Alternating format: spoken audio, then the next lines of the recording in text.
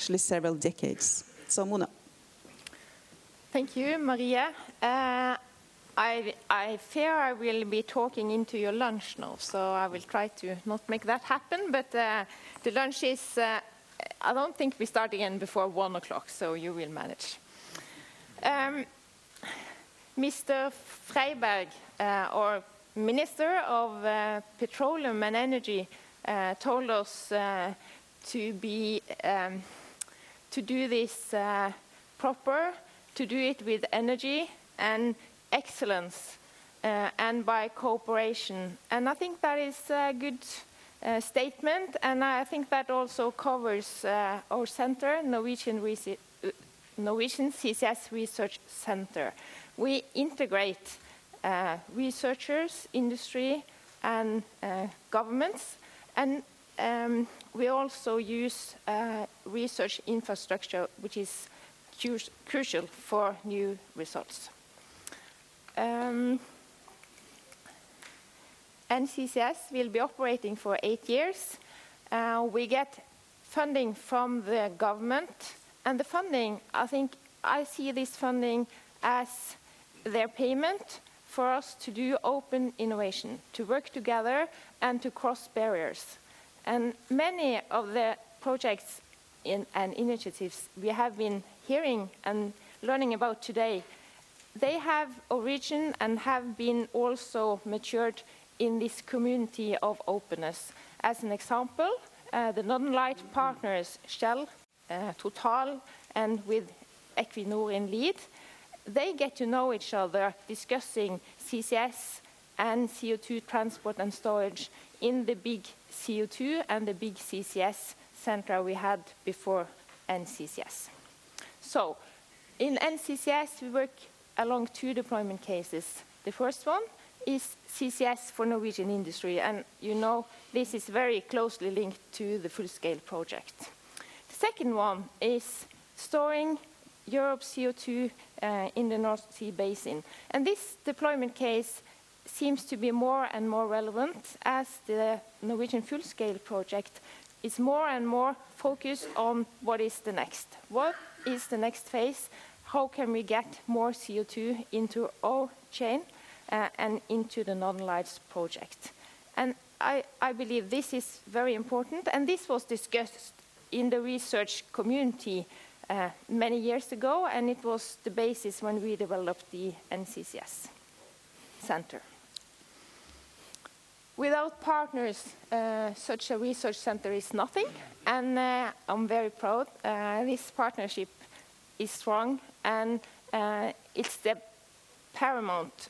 We couldn't do anything without this partnership, and we really work hard every day to make the partners happy, and we are very happy to see that we have now Vår Energi as a new partner in NCCS. So if any of you representing a user or a vendor and see that this center would be something for us, you can talk to us during this conference. We have the Excel, the Pan-European research infrastructure for CCS, as a very important partner in the center, and it's paramount for much of the research we do, and also linked to what Oscar have just presented, the CO2 capture technology, which was established as a basis from the research that had been done between SINTEF and NTNU and partners for many years. A center like this is not enough by its own. We need to generate activity and new innovations. And it's not like innovation, it's described often like you pass the technology readiness levels from 0, 1, 2, up to 10. The real world, you know, it's not like that. You start somewhere, you go up, you go back, and you don't have funding. You find a new funding scheme, and then you're into another program, and you have new partners, and then suddenly you have a commercial project or technology. This is the real world, and as a research center, it's kind of the basis for making this possible, because there are so many data valleys between the projects and the initiatives and the possibilities that as a research center, can kind of balance these dynamics. And we see it in NCCS. We have already 7 premium spin-off projects funded by the Research Council of Norway through the Climate program, and also Energi X and Petromax. These are projects that are directly linked to the center and organized under the consortium agreement of the center. We have a very nice portfolio of EU projects also, which is not easy to win. It's not easy to develop them, but we have done that, and the Norwegian CCS Research Center is a kind of a basis for making this happen. And then we have the innovation projects, the Climate demo projects, which also are very important. They have their own setup, own contract, and very often are owned by industry. But they are fostered, many of them, by the center activities. And then we have the direct projects with industry, which we are very proud of, and which are the real projects.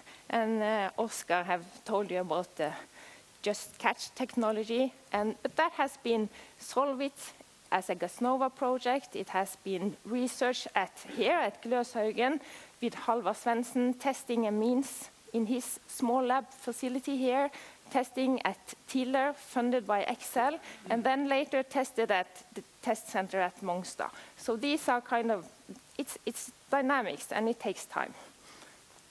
And Sigmund told you about the Hydrogen for Europe study. This is a study funded by a group from IOGP, International Oil and Gas Producers. They get to know about this activity from the Elegancy project, which is an ACT-EU project on hydrogen from natural gas. And this project, again, had the origin from the center activity. So there are many connections and links. I have a few examples for you. The PREEM project have already been mentioned. It's linked to our center since it has partnership from the center, and it's developed by researchers and partners of NCCS, and is funded by Gassnova and Energimyndigheten in Sweden. And we are really looking forward to the real testing that Oscar is going to do there. This picture is for you that is more into lunch. This is Vietnam's Golden Bridge, and the hand is built from concrete, and that leads us to the SEMCAP project, which is the EU project that has been mentioned, and it's the EU project on CCS from cement industry, I think, that have changed the view on CCS in cement industry dramatically, because before we started this project, I think many in the industry thought that now CCS is not going to happen in the cement industry. After the project was finalized this spring, my feeling is that the opinion has changed, and this is one of the key technologies for the cement industry in having competitive products in the future.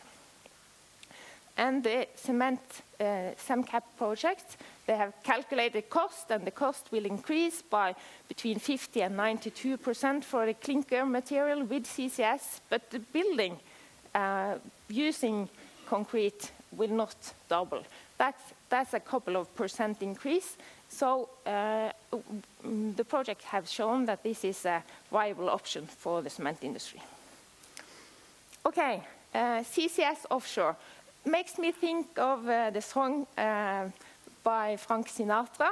If you can make it there, you can make it anywhere.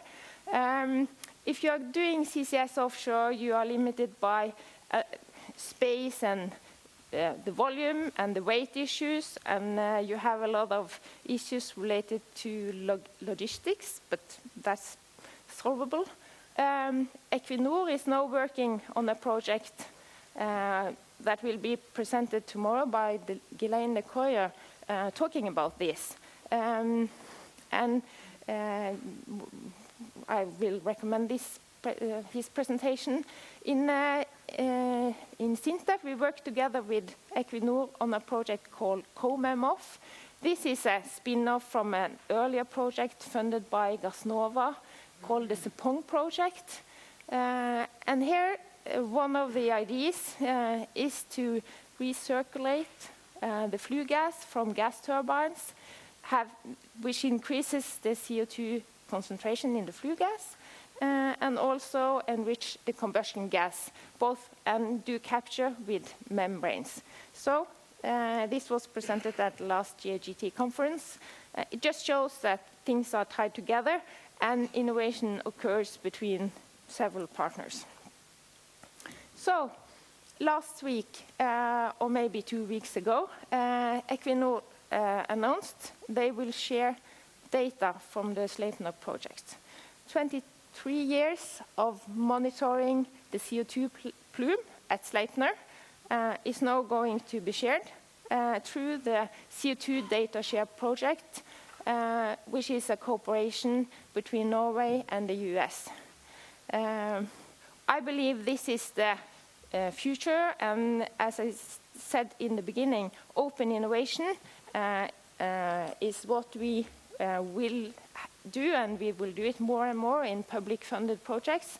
And this data sharing is part of this possibility to do open innovation, and this sharing makes it possible for researchers all around the world to validate their CO2 plume modeling tools. And that's going to bring the knowledge for CO2 storage forward. So, Mr. Freiberg, the Minister of Petroleum and Energy, he's smiling. And why is he smiling? Because the Research Council have delivered him a report saying that putting 4 billion Norwegian kroner into energy research over a period of 10 years gives the society 16 billion Norwegian kroner back. And the potential for even more value is there. And the potential value creation for CCS is high. So the research tasks in NCCS, we have CO2 value chain. You all agree that this is important, but it was a struggle to get this into the research portfolio many years ago because it wasn't regarded as research. But it is important, and it is research. We do solvent technology and environmental issues, which is very important, and we have heard about that today. We do low CO2 footprint hydrogen production. We do liquefaction as a method for conditioning and separation, gas turbines, and CO2 capture integration. And we do CO2 transport. And now I have a small, maybe I have a small video for you.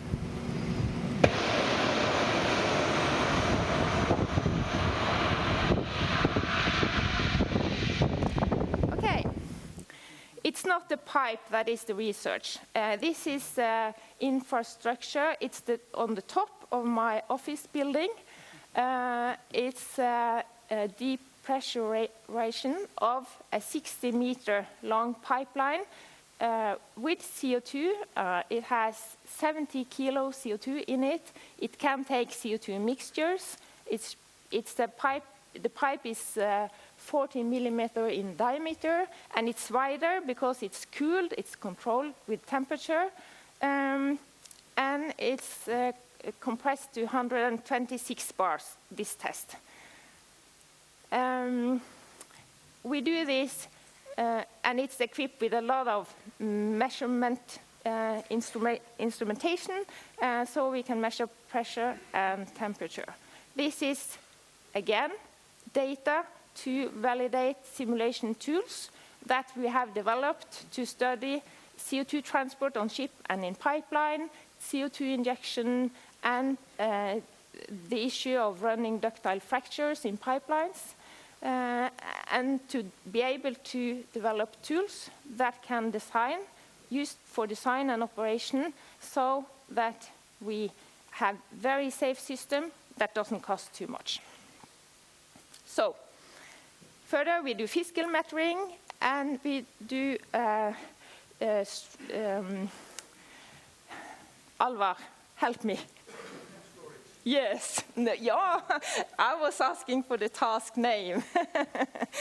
Structural de-risking. Here we see the group from the University of Oslo and the Norwegian Geological Institute, together with the people from the Northern Lights project. And the reason why I show this is that we work together, and they did first studies on the Smeaheia Formation, and now, as you know, it is the Aurora, which is the formation that will be drilled this autumn to verify CO2 storage. So we do CO2 storage containment, EOR, and monitoring. So by this, I would say NCCS bring people, nations, organizations together. We do it with passion, and we try to deliver excellence together with our industry partners and research partners, professors, PhD students, and the governmental bodies. So thank you for listening.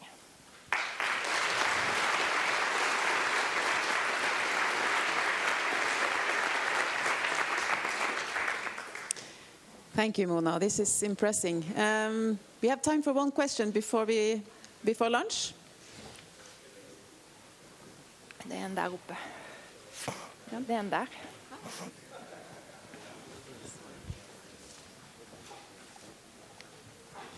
Thank you. My name is Arne Grauer from the University of Bergen in Norway. Thank you very much for very interesting keynotes. I have a comment for all of the keynotes, as a matter of fact, because one thing that really surprises me is that when we're talking about enabling CCS, there has not been much emphasis on the most important factor, namely utilizing CO2 as a commodity for producing oil and gas. There exist technologies today where you can have carbon-negative oil production and carbon-neutral gas production utilizing CO2. These are the most interesting technologies for us in order to sequester the vast amounts of CO2 needed to actually combat climate or global warming. So I would wish there was a little bit more emphasis on the utilization within CO2 EOR, and this allows me, therefore, to announce a conference in Houston in September 25th to 27th, CO2 for EOR as CCUS. The Petroleum Research School of Norway will pay travel and accommodation for 50 PhD students who would like to attend. Thank you very much.